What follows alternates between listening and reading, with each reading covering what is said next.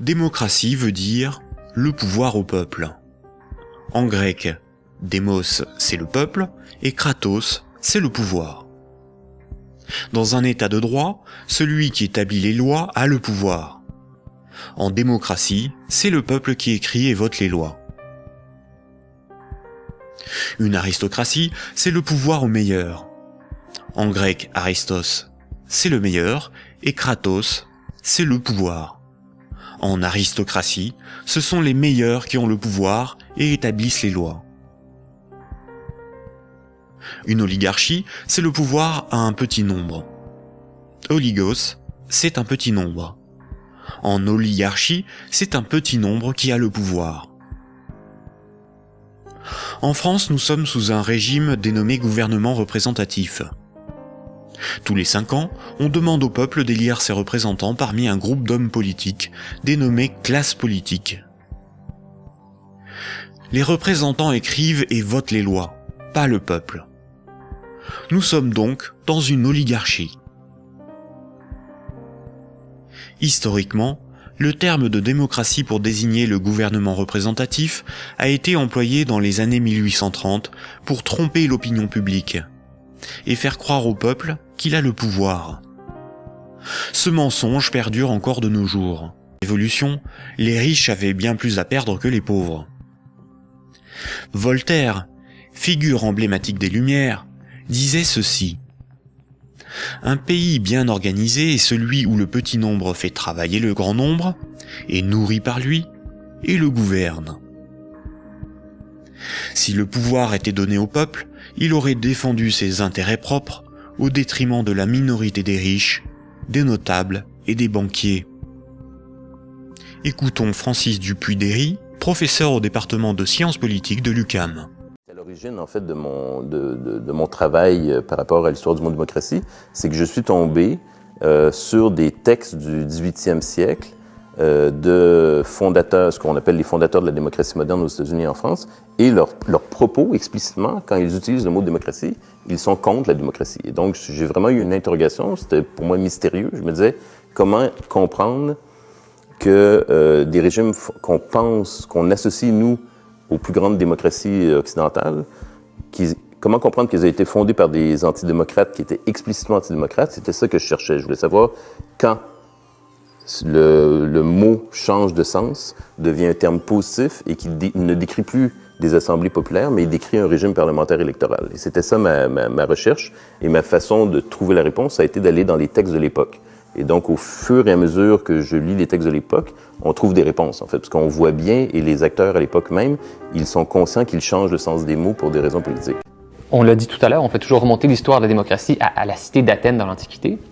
Et on dit généralement que la démocratie prend une pause d'au moins 1 millier d'années. Oui. Elle réapparaît via la filière arabe dans les textes et elle féconde l'esprit et les textes des philosophes de la Renaissance. Donc ça, c'est un mensonge. Je vous arrête, c'est un mensonge et c'est un mythe de dire la démocratie est née à Athènes quelques centaines de siècles avant Jésus-Christ.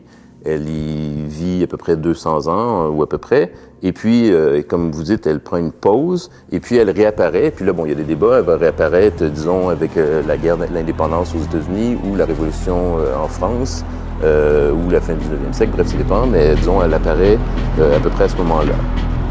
Évidemment, d'un point de vue, premièrement, historique, c'est simplement faux. C'est-à-dire que la cité d'Athènes, elle est vaincue politiquement. Et puis après ça, il y a beaucoup d'autres choses qui se passent entre les deux. Donc, c'est pas une renaissance de la démocratie qui a lieu en Europe à partir de l'expérience athénienne. Il y a eu l'Empire romain, après ça, il y a eu la décadence de l'Empire romain, après ça, il y a eu le Moyen-Âge, il y a eu les différents royaumes dans le Moyen-Âge, après ça, il y a eu la Renaissance, après ça, etc., etc. Et donc, ce qui apparaît au 18e siècle ou au 19e siècle n'a plus rien à voir avec Athènes. Et même, par exemple, nos fameux parlements, ils sont des créations des rois au Moyen-Âge. Pour les aider à lever des taxes et des impôts, ils convoquaient en fait les grands du royaume, les seigneurs, les nobles, et c'était ça le Parlement. Ça n'avait aucune fonction démocratique et au fil du temps, le Parlement est devenu une instance décisionnelle. Donc on voit bien que ça n'a rien à voir avec Athènes. Et dans tous les cas, c'est ce que j'essaie de démontrer aussi dans le livre, c'est que ceux qu'on va appeler les pères fondateurs de nos démocraties modernes, de ce qu'on va appeler nos démocraties modernes, donc soit aux États-Unis, soit en France, les pères fondateurs des deux côtés de l'Atlantique considèrent que Athènes est un mauvais modèle. Pour eux, le modèle, si on a un modèle à imiter de l'Antiquité, c'est probablement Rome, peut-être Sparte, mais en tout cas certainement pas Athènes, parce qu'ils ne veulent absolument pas que le peuple puisse se gouverner seul. Dès qu'il y a un système de domination politique, vous allez avoir de la concurrence plutôt que de l'entraide. Et un bon exemple, évidemment, c'est le système électoral. Les candidats luttent les uns contre les autres avec leur camp, leur parti, leur faction, pour s'emparer du pouvoir. Et donc, c'est totalement contre-productif d'avoir comme ça une mise en concurrence d'individus ambitieux qui sont assoiffés de pouvoir et qui veulent avoir nos votes et nos suffrages. Et Kropotkin, lui, en fait, est allé voir en Sibérie et ailleurs, dans l'histoire aussi de l'humanité, et il a constaté qu'en fait, la majorité des êtres vivants progressent beaucoup mieux si elles s'entraident, plutôt que si elles sont en concurrence. Et donc, l'entraide est aussi un facteur d'évolution, contrairement à ceux qui ont mal lu Darwin, qui pensent qu'on est toujours tous en concurrence et qu'on le sera toujours tout le temps. Écoutons le philosophe Alain Badiou parler de la démocratie actuelle. Il se peut que le meilleur régime politique soit à venir, qu'il dépende d'une invention de l'humanité.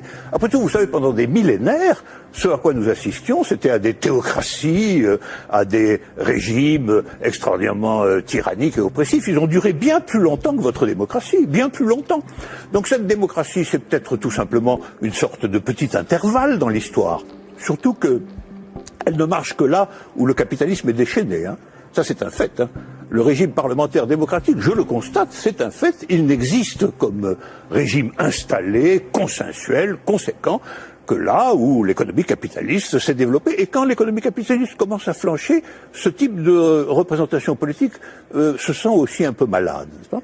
Et quand vous nous dites, pour moi, le capitalisme, c'est l'équivalent de la démocratie, là est la racine de votre rejet de la démocratie, je ne vous trahis pas. De cette démocratie-là. Parce que je n'accepterai pas de dire que je rejette la démocratie. Vous avez parlé tout à l'heure d'une illusion démocratique, mais la démocratie que nous connaissons aujourd'hui, c'est elle qui est l'illusion démocratique. Parce que personne, dans le débat politique français ou étranger, dans les pays démocratiques, ne veut abolir le capitalisme. C'est ça le sujet. C'est pas exactement ça. C'est un petit peu plus précis. C'est parce que les différents gestionnaires possibles de notre société sont des gens qui, de toute façon, admettent pour l'essentiel l'ordre établi. Ça, il faut en convenir.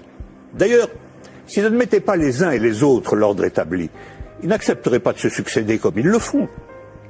Il faut bien que tel candidat ne soit pas extraordinairement différent de tel autre pour qu'ils puissent alterner le mouvement des affaires restant à peu près le même, après tout. Hein. Donc il y a un consensus fondamental qui fonde ce que vous appelez, vous, la démocratie, qui est une démocratie tout à fait normée, tout à fait particulière, et qui repose sur des acceptations fondamentales premières. Voilà. Et donc je soutiens que nous ne vivons pas du tout en démocratie. Nous vivons en réalité en oligarchie. Voilà. Nous sommes dominés par une oligarchie financière, politique et médiatique. Tout le monde le sait d'ailleurs. Tout le monde voit parfaitement qu'il faut absolument maintenir ce système pour maintenir le système politique lui-même. Qui gouverne dans la cité juste, dans la cité idéale ? Eh bien, qui gouverne normalement dans la cité juste, dans la cité idéale, c'est précisément tout le monde. C'est la démocratie véritable. C'est-à-dire qu'il n'y a pas d'État séparé de l'ensemble des gens. Si nous étions en démocratie, nous voterions nous-mêmes les lois, par des votations ou des référendums, et nous pourrions aussi en écrire, en proposer. En France, les représentants du peuple sont des politiciens de carrière, pour beaucoup fonctionnaires et issus de classes supérieures, âgés de 60 ans en moyenne. Ils ne sont en rien représentatifs du peuple français. Une fois les représentants élus parmi l'oligarchie de la classe politique, les électeurs n'ont aucun contrôle sur la politique menée et la législation établie. Les représentants votent selon leurs opinions, leurs intérêts, leur complicité ou leur carrière politique. Ils sont la cible de groupes d'intérêts qui influencent leur vote. Les textes de loi sont dans 9 cas sur 10 rédigés par de hauts fonctionnaires non élus.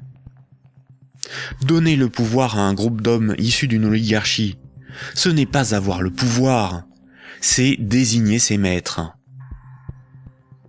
Les partis politiques, apparus dans les années 1840, était un moyen de canaliser l'insatisfaction des électeurs dans des oppositions et des conflits sans conséquences. Car si les lois étaient votées par le peuple, ce qui définit la démocratie, il n'y aurait pas de manifestations, pas de grèves, pas de mécontentement ou de troubles sociaux. Le peuple serait souverain.